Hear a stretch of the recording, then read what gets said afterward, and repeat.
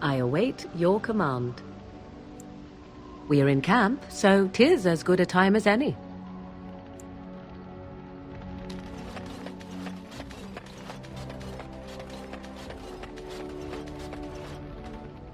You called. I caged myself.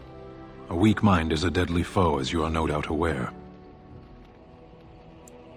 That is complicated. I came to your lands with 7 of the Beresad, my brothers, to seek answers about the Blight. We made our way across the Ferelden countryside without incident, seeing nothing of the threat we were sent to observe.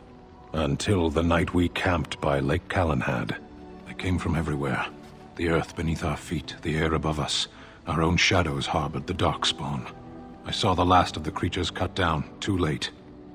I fell. I heard the stories of Ostagar. Your kith stood their ground when others fled. No one can do more than that. I don't know how long I lay on the battlefield among the dead, nor do I know how the farmers found me. I only know that when I woke I was no longer among my brothers, and my sword was gone from my hand. I searched for it, and when that failed I asked my rescuers what had become of it. I killed them. With my bare hands. I did. I knew they didn't have the blade. They had no reason to lie to me. I panicked. Unthinking, I struck them down. That sword was made for my hand alone. I have carried it from the day I was set into the Beresad. I was to die wielding it for my people. Even if I could cross Ferelden and Tevinter unarmed and alone to bring my report to the Arishok, I would be slain on sight by the Antam. They would know me as soulless, a deserter. No soldier would cast aside his blade while he drew breath. If I knew where to look, it would be in my hand now. Near Lake Calenhad. Perhaps those words are empty, but thank you all the same.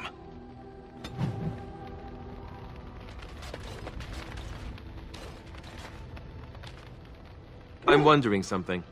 I'd like to know your thoughts about some of our traveling companions. Do you mind if I ask? I've got this nefarious plan to go around to each of them and secretly tell them all the nasty things you said.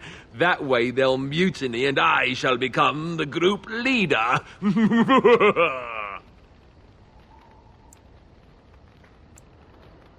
Ouch, now I'm wounded. Look at me, bleeding all over the place. You're just not very nice, are you? Seriously, though, I'm only curious. I've had enough time to form my own opinions, and I just want to see if yours are any different. Just try and stop me. Let's see, where should I begin? What about Sten? The way he looks at me with those eyes. Creepy. And he's so quiet for someone so big. Yet he doesn't seem quite so bad as the Chantry tells us. According to them, his philosophy is vile and evil. Yet he seems so reasonable. And yet, he killed all those people. He doesn't even deny it. Doesn't that bother you? I don't know if I like the sound of that, but I guess I take your meaning. What about Liliana? Is she crazy? Or do you really believe in her vision? That's one way to put it. I noticed that you and her have become close. Am I right? The rest of us have talked about it. You think we have better things to do than gossip about you? You give us far too much credit. Is it true or not? I thought so. Well, I hope you know what you're doing. I don't know what to make of her. If you look at her when she doesn't see you, she just looks so sad. I almost feel guilty taking her away from her life. Good for you, maybe. Her, I'm not so sure about. Morrigan, do you trust her? Think about it. Maybe Flemeth sent her with us for some other reason than she said. Hello? Have you met her? I think she'd need a reason not to betray us.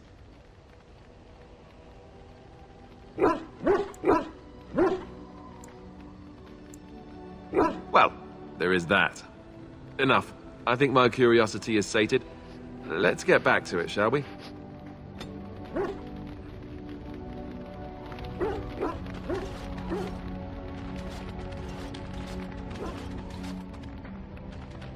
The stars are out.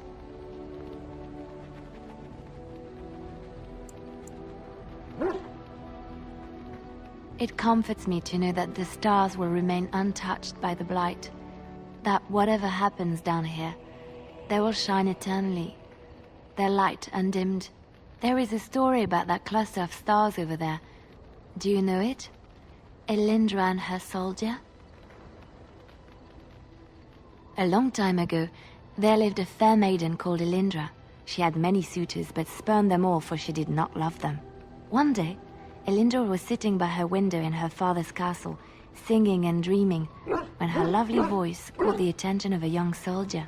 Entranced by her song, the soldier drew near to Elindra's window. As their eyes met, he fell in love with her, and she with him. When Elindra told her father about the man she had chosen, he was furious, for Elindra was high-born, but her love nothing more than a common soldier. To keep them apart, he had Elindra imprisoned in the highest tower of his castle, and sent her soldier to the wars. Alas, not a month had passed before news of the soldier's death reached Elindra. Alone in her tower, Elindra wept for her love, and beseeched the gods to deliver her from this cruel world. So earnest was her plea, that the gods themselves were moved. They gathered Elindra into their arms and lifted her high into the heavens, where she became a star. The gods also raised up the soul of Elindra's soldier love, and there he dwells, across the horizon from her. The band of stars between them is a river of Elindra's tears, cried for her lost love. They say that when Elindra has cried enough, she will be able to cross the river to be reunited with her soldier. This story is one of my favorites, a tale of a love so great and so enduring that it defies death and moves the gods to action. Sometimes I ask myself, does such a love exist? Can it exist?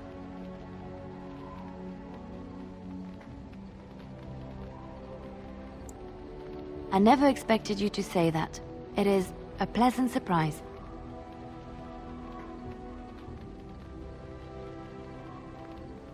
I have to say there is a certain severity to you. Finding a person behind that all is nice. Maybe you should let your softer side show more often. Sometimes following your heart, not your head, leads you to remarkable places.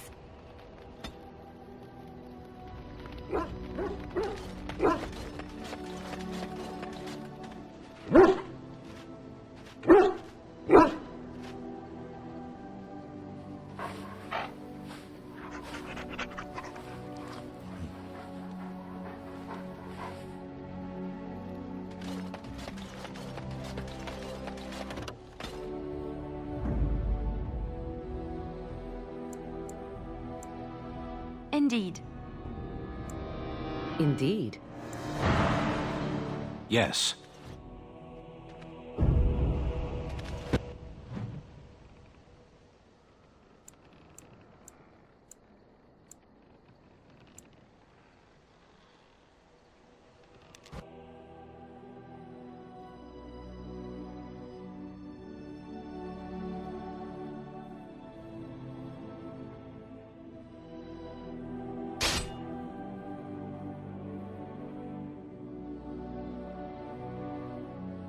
Something is coming. I'll get it. Stop it. I'll get it. All right. Now's better than later. Right ahead.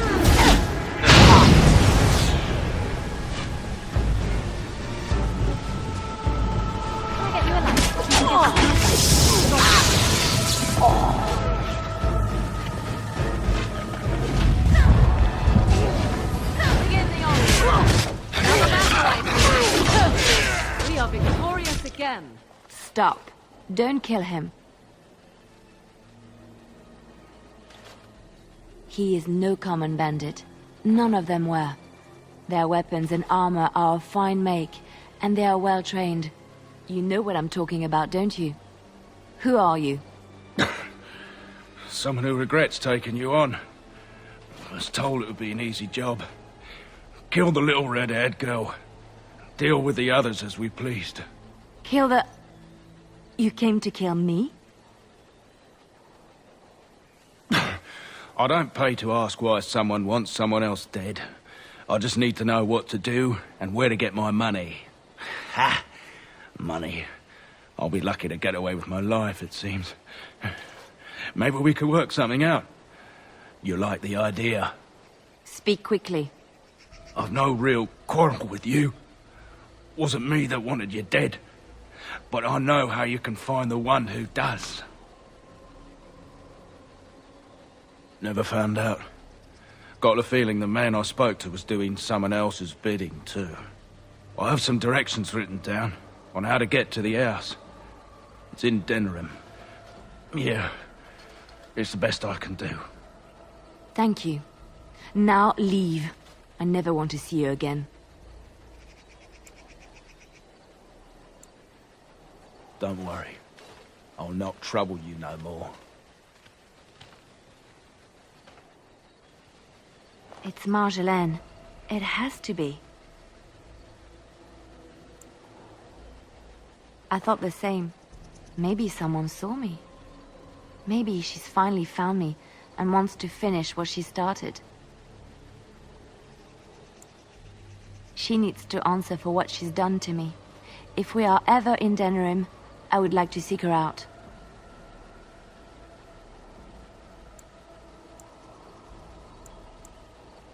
Perhaps it's time to settle this score for good.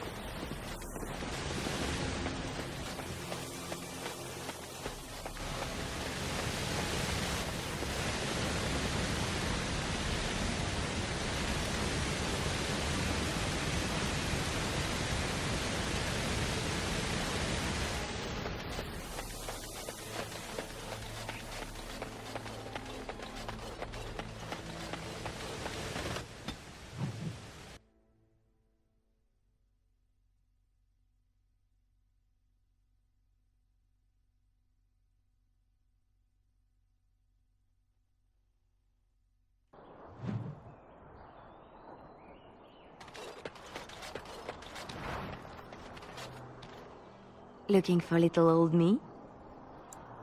Yes? What's on your mind?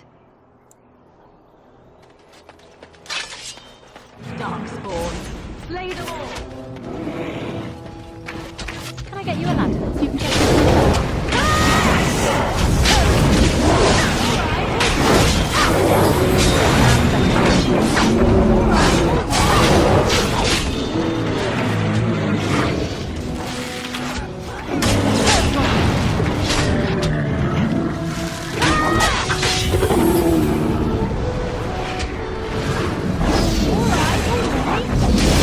I'll get him. Got him.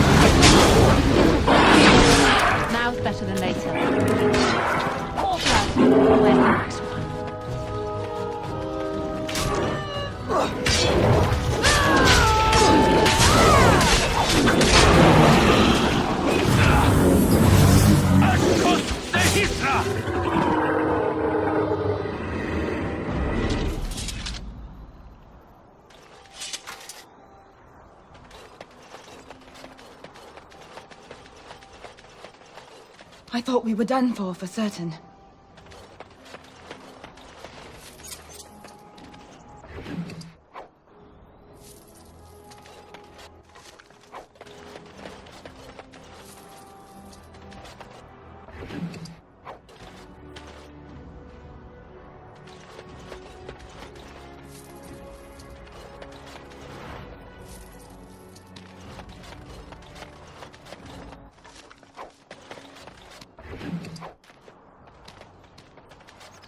Oh, thank you, Maker. Oh, thank you, Maker. Thank you, thank you, thank you.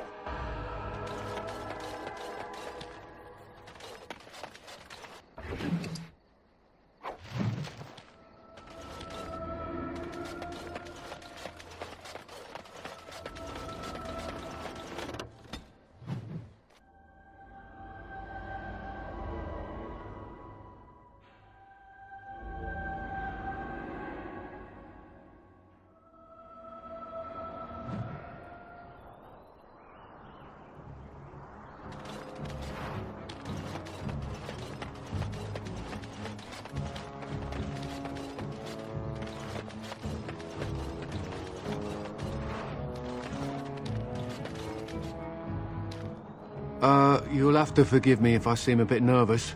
Not many people travelling in this part of Ferelden. Of course, that's part of my problem, isn't it? Mule got spooked by a wisp and ran off into the woods. Now what do I do? Well, yes. Oh, it's been quite the month. Allow me to introduce myself. Felix de Grosbois, merchant and entrepreneur at your service. I don't normally take this route, but with the war, I was hoping for a bit of luck and good weather in the mountains. Sadly, I've had neither. Ugh, this trip has been one miserable disaster after another. I don't suppose you consider helping a fellow out?